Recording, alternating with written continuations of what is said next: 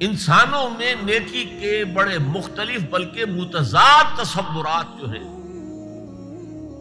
وہ پائے جاتے ہیں۔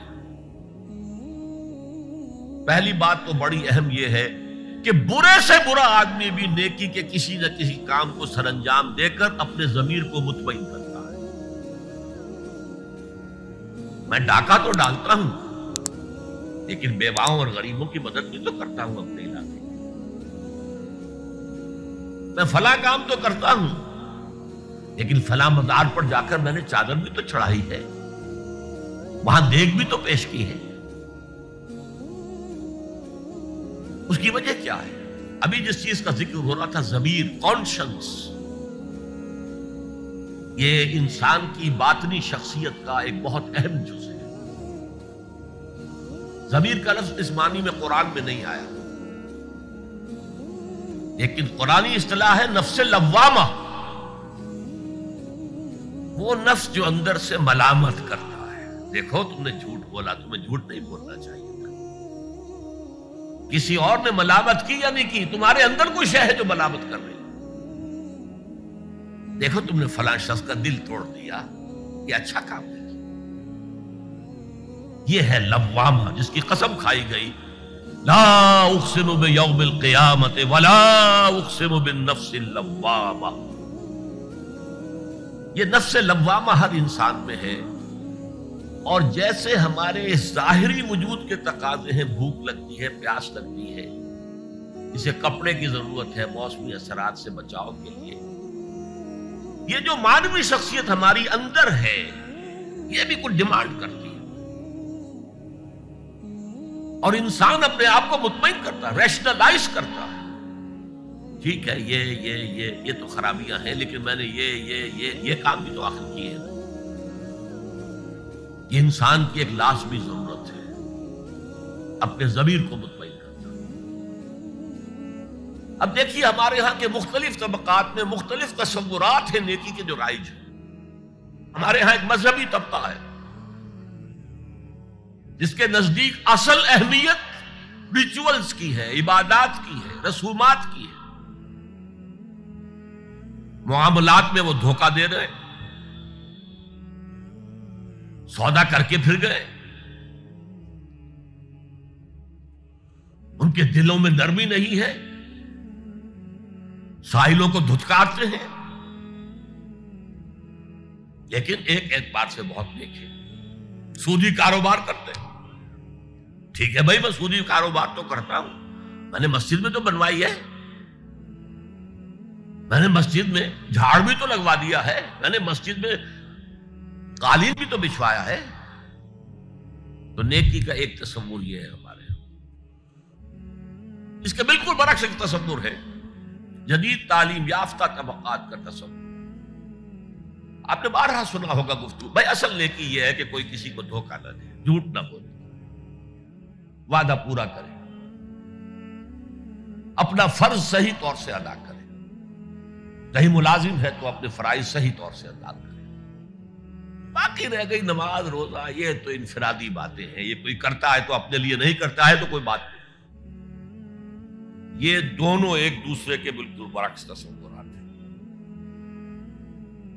اور یہ ہمارے معاشرے میں جدید تعلیم یافتہ طبقات کا تصور نیکی اور ہمارے قدیم علماء اور ان کے زیر اثر جو عوام ہیں ان کے تصور نیکی میں یہ زمین و آسمان کا فرق ہے۔ آپ کو معلوم ہے کہ اپنی جسم فروش عورتیں جو ہیں وہ بھی نیکی کا کوئی نہ کوئی کام کرتی ہیں۔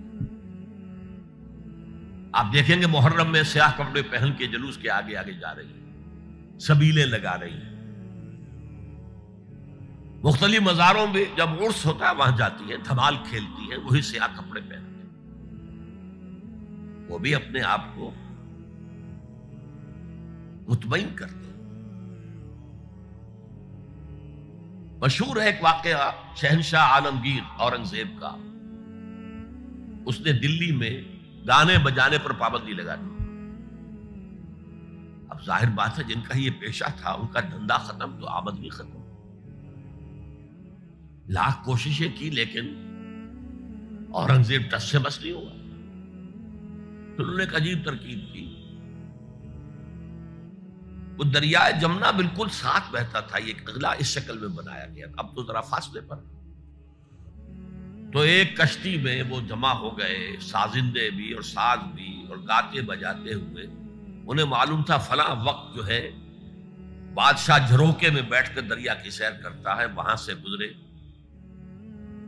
اور ایک شعر گاتے ہوئے گزرے. در کوئے نیک نامی مارا گزر نہ دارن، گر تو نمی پسندی تقدیر قدارا.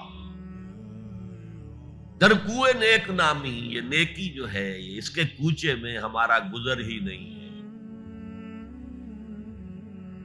در کوئے نیک نامی مارا گزر نہ دارن، یہ تو اللہ کی طرف سے فیصلہ ہے، اس کی مقرر کردہ تقدیر ہے. گر تو نمی پسندی تغییر کل قضارا، اگر تجھے پسند نہیں ہے تو تقدیر بدل دے.